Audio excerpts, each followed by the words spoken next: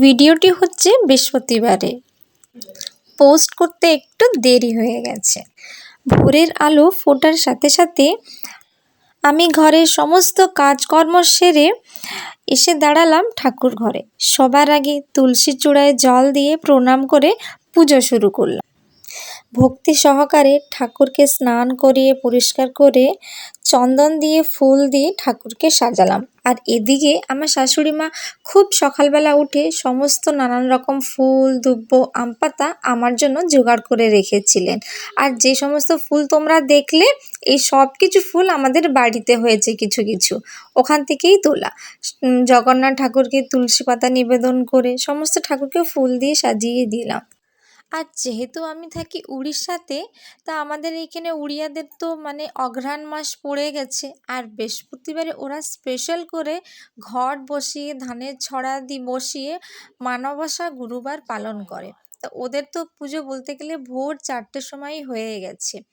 এদিকে এদিকে আমাদের পুজো শুরু হয়েছে সকালবেলা 10টা নাগাদ, কারণ ঘরের সমস্ত টিফিন লাঞ্চ বরের থাকে, সব কাজ সাথে সাথে একটু দেরি হয়েই যায়।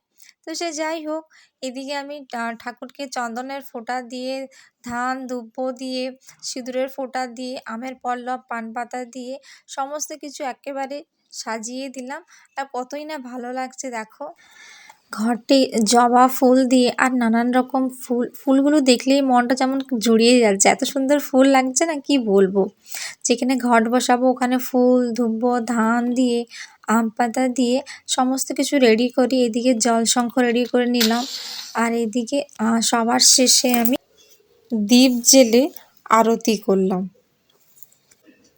ঘরের কিছু কাজকর্মের জন্য ভিডিওটা আপলোড করতে একটু টাইম লেগে যায়, তোমরা একটু ম্যানেজ করে নিও। অনেক ভক্তি সহকারে পুজো করেছি, আর ইচ্ছে হলো যে আজকে ভিডিওটা তোমাদের সঙ্গে শেয়ার করি বলে, যেহেতু ভিডিওটা বানিয়েছিলাম।